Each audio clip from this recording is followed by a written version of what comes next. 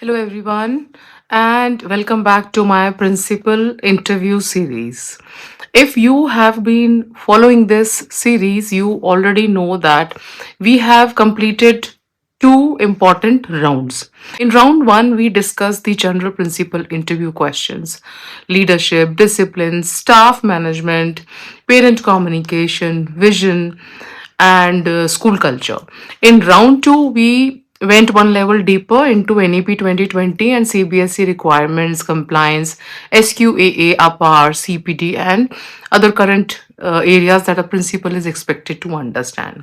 But today we are going into something very different: scenario based principal interview questions. So, honestly, this is where I believe many experienced educators struggle, because when the panel asks you, what is your leadership style? You can prepare an answer for that, right? When they ask, how will you implement NEP 2020? You can prepare an answer there and then.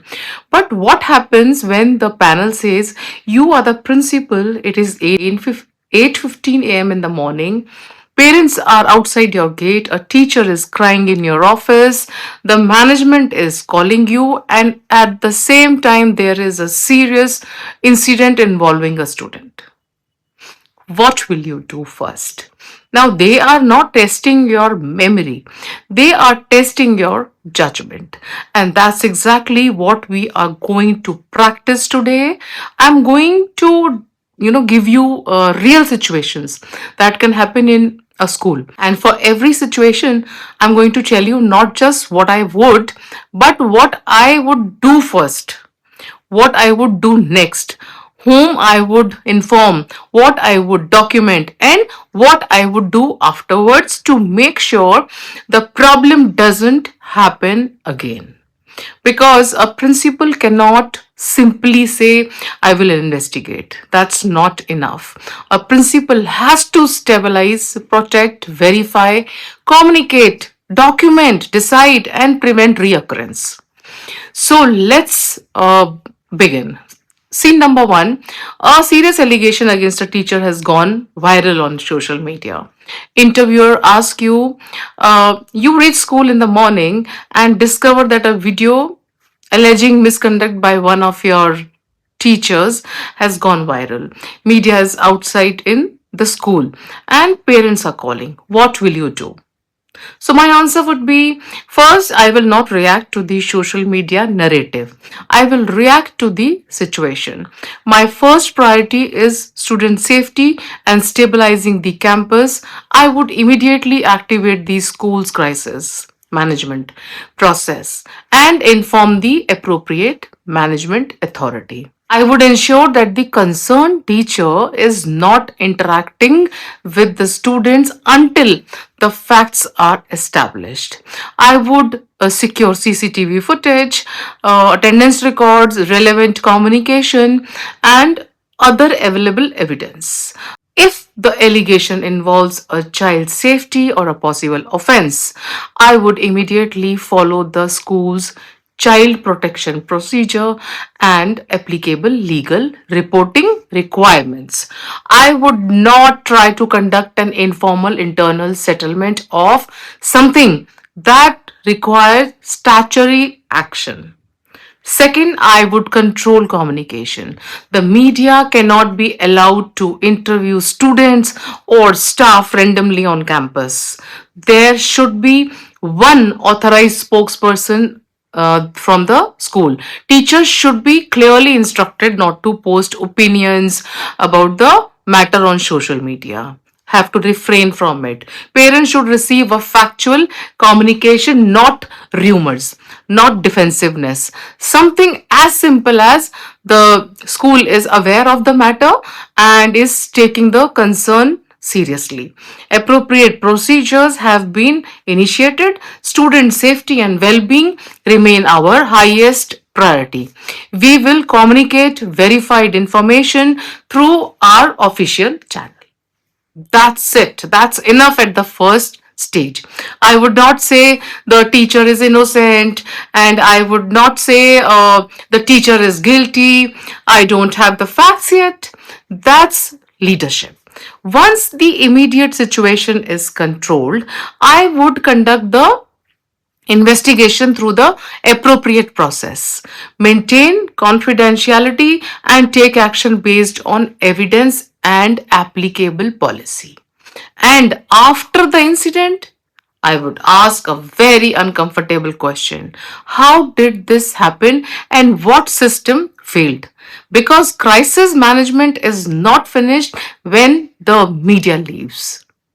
Scene number two. Now, a parent physically assaults a teacher, God forbid.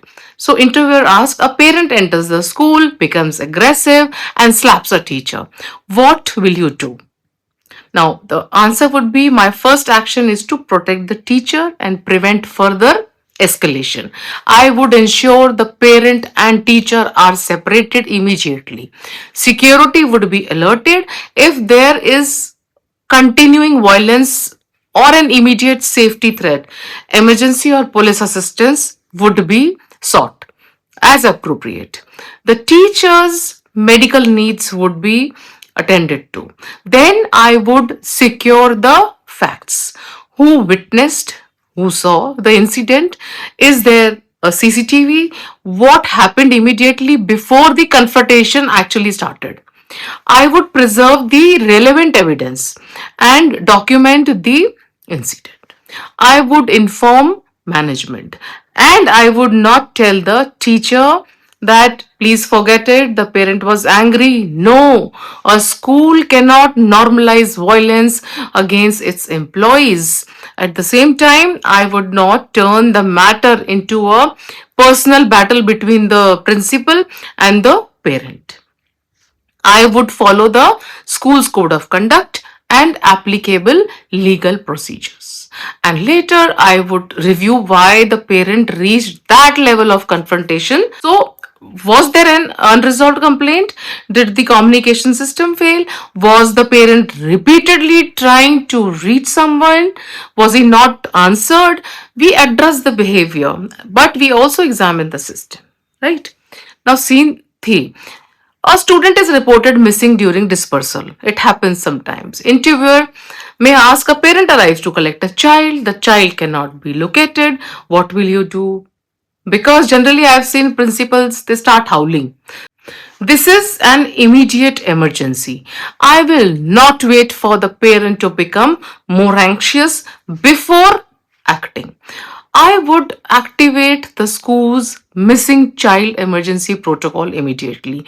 The child's last known location would be established.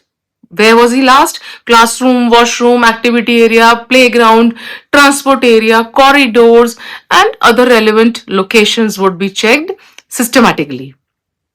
Security would immediately secure and review CCTV and monitor exit points.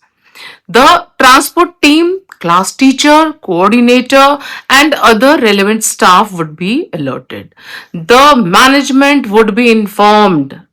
If the child cannot be located immediately, the appropriate authorities must be contacted without delay in accordance with the school's emergency procedure and also applicable law. The parent must receive clear communication about what action is being taken. There should be no blame game at this point of time. It's very crucial thing. The priority is locate the child, keep the child safe. After resolution, I would conduct a complete incident review. How did the child leave the expected area? Who was responsible for supervision at that point of time? Was the dispersal procedure followed? Was the attendance cross check done with the registers? Then I would fix the system. Scene 4, a school bus meets with an accident. So interviewer would ask, a school bus carrying students has met with an accident. What will you do? Now, the answer would be my first priority is life and safety, not paperwork. Emergency medical assistance and relevant emergency services would be contacted immediately. I would ensure students receive medical attention and that the situation is secured. A designated school team should go to the location if required and coordinate with the emergency responders and parents. The school must maintain an accurate list of students who were on the bus. I would immediately verify which children were traveling in that bus, who is injured, where have they been taken, which adult is accompanying them. Very important. Have parents been informed? The school should communicate verified information only. No guesses, no hearsay. I would not allow rumors to circulate through WhatsApp groups. Once the immediate emergency is handled, I would review the driver's records, route, vehicle fitness, supervision, GPS where applicable, transport SOPs, and other relevant records. And then comes the most important question. Was this an individual error or is there a systematic failure in our transport system? A principal must identify the system failure, not just blame the driver. Scene number 5. A teacher is caught physically punishing a student. So, interviewer might ask, a parent complains that a teacher has physically punished a child. The teacher says, the child was extremely difficult. What will you do?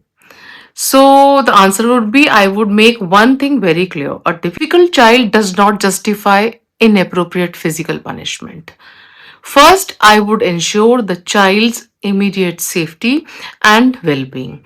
I would listen to the child appropriately without leading or pressuring the child. I would meet the parent and acknowledge the seriousness of the concern. I would speak to the teacher separately. I would secure CCTV or evidence and document the incident. If the allegation falls within child protection or statutory reporting requirements, I would follow the applicable procedure rather than trying to. The teacher's explanation is important, but it does not replace evidence or policy. So then I would examine the bigger issue. Does the teacher need classroom management training? Are there repeated complaints? Was there a previous warning? Is there a pattern? A principal must protect the child while also ensuring due process for the employee. Compassion and accountability have to exist together. Now, scene number 6. Two senior teachers are fighting and the staff culture is becoming toxic. So the interviewer will ask, two very experienced teachers are constantly fighting. Other teachers have taken sides. What will you do? So the answer could be I would not call both teachers into my office and immediately say, sort it out. First, I would understand the issue separately, one on one. I would speak to each person individually. What happened? When did it begin? Is this a professional disagreement or personal conflict or an issue of workload, authority, or communication? I would look for facts, not gossip. Then I would bring the two together for a structured conversation. We would separate the person from the problem. The expectation would be very clear. You don't have to like each other, but you have to work professionally. If behavior is affecting students, colleagues, or the functioning of the school, I would document the concern and take action according to the school's HR processes. And I would watch the situation afterwards because the worst thing a principal can do is solve the meeting but not solve the culture. Scene 7. A high performing teacher resigns suddenly. So the question would be your best mathematics teacher resigns 2 weeks before the board examination. What do you do? So the answer could be, first, I would speak to the teacher, not to pressure them, but to understand the reason. If there is a genuine organizational issue that can be resolved, I would explore it. But if the resignation is final, I move immediately to contingency planning. I would identify who can take over the academic responsibility, review the syllabus completion, analyze the students' current performance, identify high risk learners, prepare a transition plan. If recruitment is required, I would activate it immediately. At the same time, I would speak to students calmly. I would not create panic by saying your teacher has left. I would communicate continuity. Your academic preparation will continue. School has a plan. Then, after the immediate crisis, I would conduct an exit interview. If my strongest teachers are repeatedly leaving, that's not merely a recruitment problem, that's a leadership question. Scene number 8. Parents demand the removal of a teacher. Now, the question could be, 50 parents have signed a complaint demanding a teacher be removed immediately. So, what will you answer? I would not remove someone simply because 50 people signed a letter. And I would not dismiss 50 parents as being unreasonable. I would listen, I would acknowledge the concern, then I would examine evidence. What exactly is the complaint? Is there a pattern? Are there previous complaints? What does the teacher say? What do classroom observations show? Are students' outcomes affected? Is there a safety or misconduct concern? If the matter is serious, I would take immediate protective or interim measures as appropriate while the formal process is followed. But disciplinary decisions must be based on evidence and policy, not popularity. A principal has to be fair to both sides. Scene number 9. Management wants you to admit a student despite a compliance concern.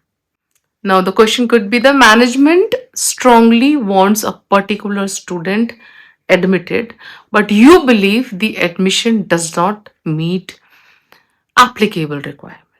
What will you do?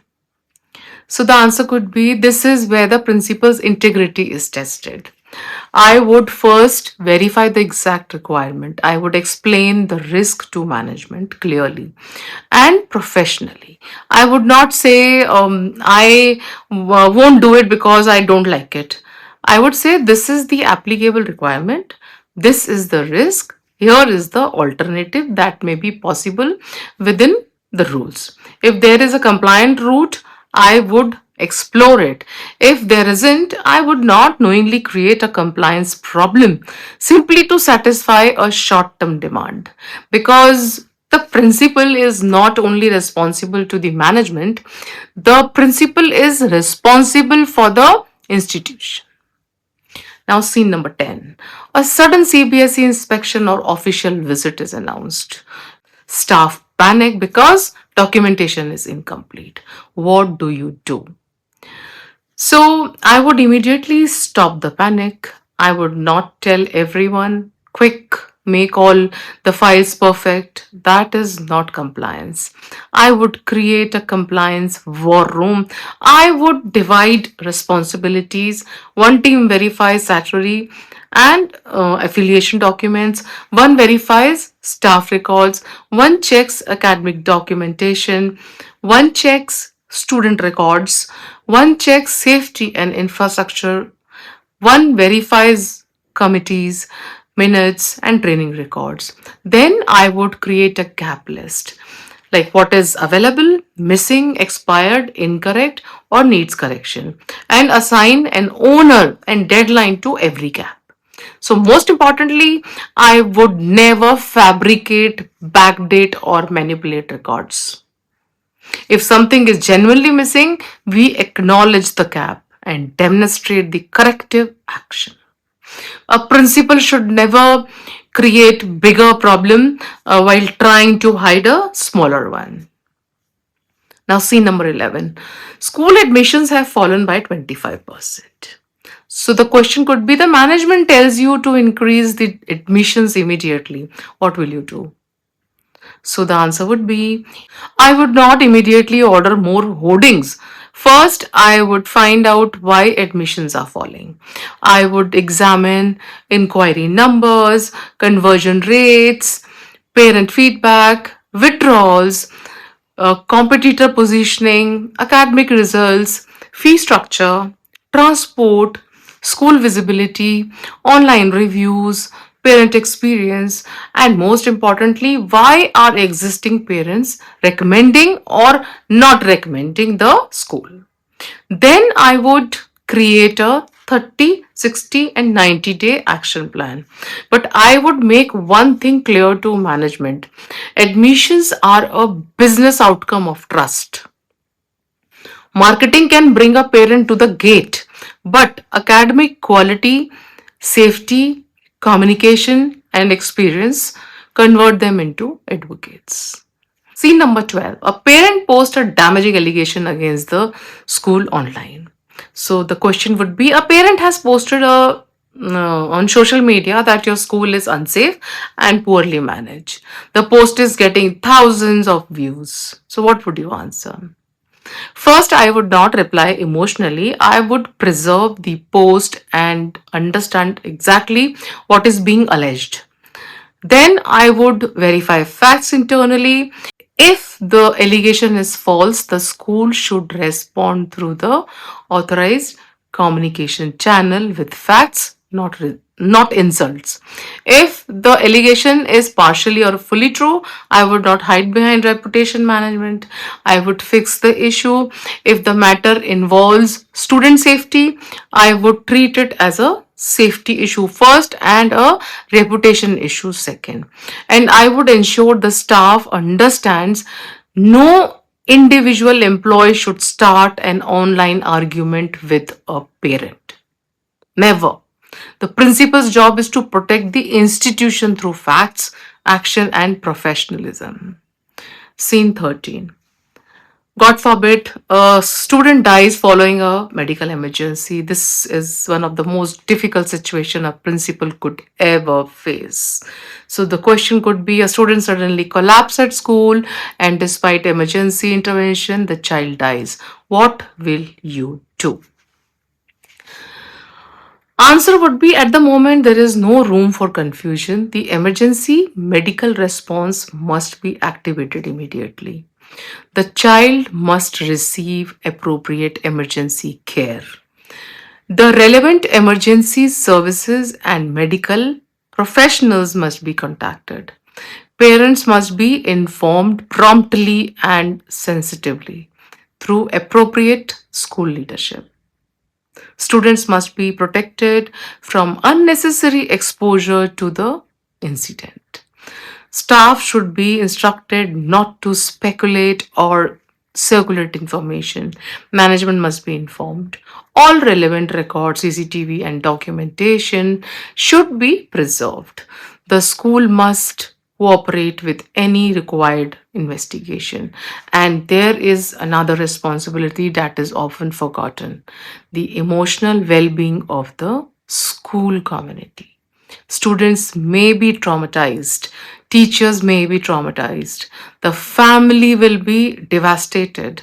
The school needs to be a very sensitive support plan.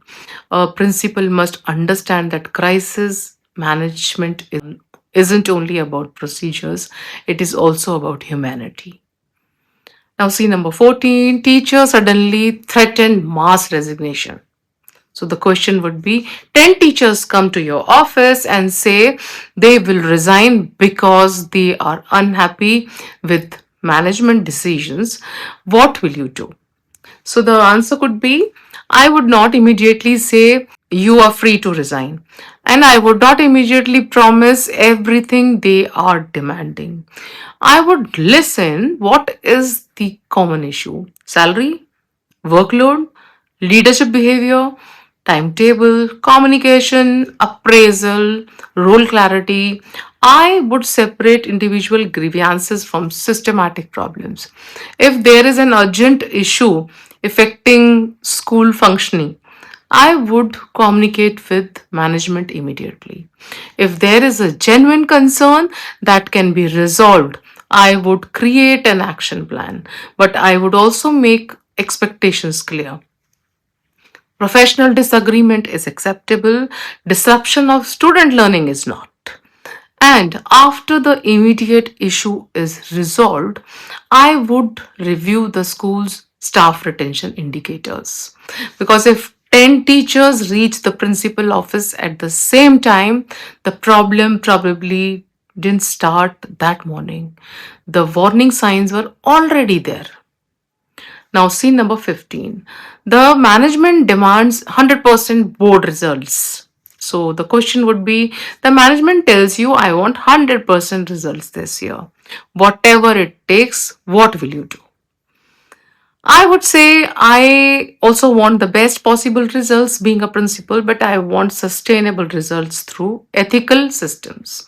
I would analyze the previous results, identify students at risk, analyze subject wise performance, review teacher performance, track syllabus completion, conduct regular assessments, create remedial and enrichment plans, strengthen parent communication, support teachers, but I would not support unethical practices. I would not manipulate marks. I would not pressure teachers to hide weak students. I would not create fear based teaching because 100% results achieved through unhealthy practices are not educational excellence. I would tell management, let's build a system that makes excellent results repeatable. That is a principal's job. Now I'll give you a few bonus points. Now you are told at 8 a.m. that three major things have happened. And now I'm going to give you the situation that I think is perhaps the most important question in a principal's interview. Imagine this. At 8 a.m., a parent is waiting outside because of a serious complaint. A teacher has not reported to school, and you receive a call that a student has been injured. What will you handle first? Your answer should not be, I will handle all three. Of course, you will, but leadership is about prioritization. I would immediately assess what is the greatest immediate risk to life and safety. The injured child becomes first. I would activate the emergency response. At the same time, I would delegate the parent complaint to the appropriate senior person and ensure the teacher's absence is covered so students aren't left unsupervised. I would personally oversee the critical incident. That's an important lesson for every aspiring principal. You cannot personally do everything. If your school depends on the principal personally solving every problem, you don't have a school system. You have a principal dependent school. Your job is to build competent people and system so that while you are handling one crisis, the rest of the school continues functioning. Now, before we close, I want you to remember these 7 words whenever you face a difficult scenario in an interview. Think. 1. Protect who is at risk. 2. Stabilize, stop the situation from becoming worse. 3. Delegate who needs to act immediately. 4. Verify what are the facts. 5. Communicate who needs to know, what do they need to know, and who is authorized to communicate. Number 6, document what needs to be recorded and preserved. And 7, prevent what systems need to change so this doesn't happen again. If you can structure your answers around these 7 steps, you will sound very different in a principal interview. And now Something I want every principal candidate to remember: don't answer a scenario in theory. Don't say, I will handle it tentatively. Don't say, I will communicate with parents. Don't say, I will investigate. The panel will immediately ask, how? Instead, say, within the first 10 minutes, I will. I will immediately inform. I will delegate this responsibility to. Or I will preserve, I will document, I will review the evidence. Once the immediate crisis is controlled, I will. Now you are demonstrating operational leadership, and that is what a principal role really demands. So, we have now completed three very different rounds of our principal interview series. Round 1, general principal interview questions. Round 2, NEP 2020 CBSE and compliance. Round 3, real life crisis and scenario based leadership. If you have watched all three, you are no longer preparing only for questions, you are preparing to think like a principal. And that's the difference I want this series to create. Because being a principal isn't about knowing everything. It is about knowing what needs to happen first, who needs to act, what cannot be compromised, and how you bring the school safely through a difficult situation. If you found this useful, comment round 4 below. In round 4, I am going to take you into another area that many principal candidates are uncomfortable with. That is finance, budgeting, admissions, teacher retention, school profitability, and management pressure. Because a principal today needs to understand not just academics but the complete business and operational side of running a school.